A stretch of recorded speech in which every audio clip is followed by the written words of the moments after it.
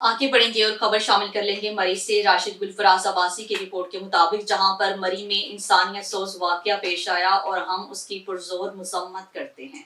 पाकिस्तान के इंतहाई पुरफिजा और महफूज तरीन पुरअमन पुरसकून मुकाम और सियाह मरी में पेश आने वाले मुकामी ताजिर बाबर अब्बासी के साथ इंसानियत सोज वाक़े की हम पुरजोर मजम्मत करते हैं। मीडिया के नुमाइंदे से बात करते हुए Human Rights Organization Fatima Foundation के सदर शहाब हैदरी और सीनियर सहाफी राशिद गुलफराज अब्बासी, सीनियर नायब सदर United Media Council registered all Pakistan Islamabad ने कहा, गुज़श्ता दिनों मुकामी ताजिर बाबर अब्बासी के साथ इक़दाम कत्ल का वाक़या पेश आने की पुरजोर मजम्मत करते हैं। ऐसे बेईमाना और अफसोसनाक वाक़े पर मुतल्लिका इदारों से पुरजोर अपील करते हैं कि इंसानी हकूक़ के तक़द्दुस की पामाली का सख्त नोटिस लेते हुए मुजरिमों को जल्द अज जल्द कानून के कटहरे में लाया जाए। इंसानी हकूक़ का तहफ़्फ़ुज़ हम सब की जिम्मेदारी है और इस इंतहाई पुरसुकून इलाके में ये वाक़या पेश आने वाला इंतहाई अफसोसनाक वाक़या आने वाले दिनों में मज़ीद खतरनाक सूरत हाल पैदा कर सकता है, लिहाजा फिलफौर इस वाक़े का इदराक किया जाए। एक सवाल के जवाब में उन्होंने कहा है कि इंसानियत के तहफ़्फ़ुज़ के लिए Human Rights Organization Fatima Foundation Babar Abbasi के साथ हैं और मुजरिमों की गिरफ्तारी तक चैन से नहीं बैठेंगे।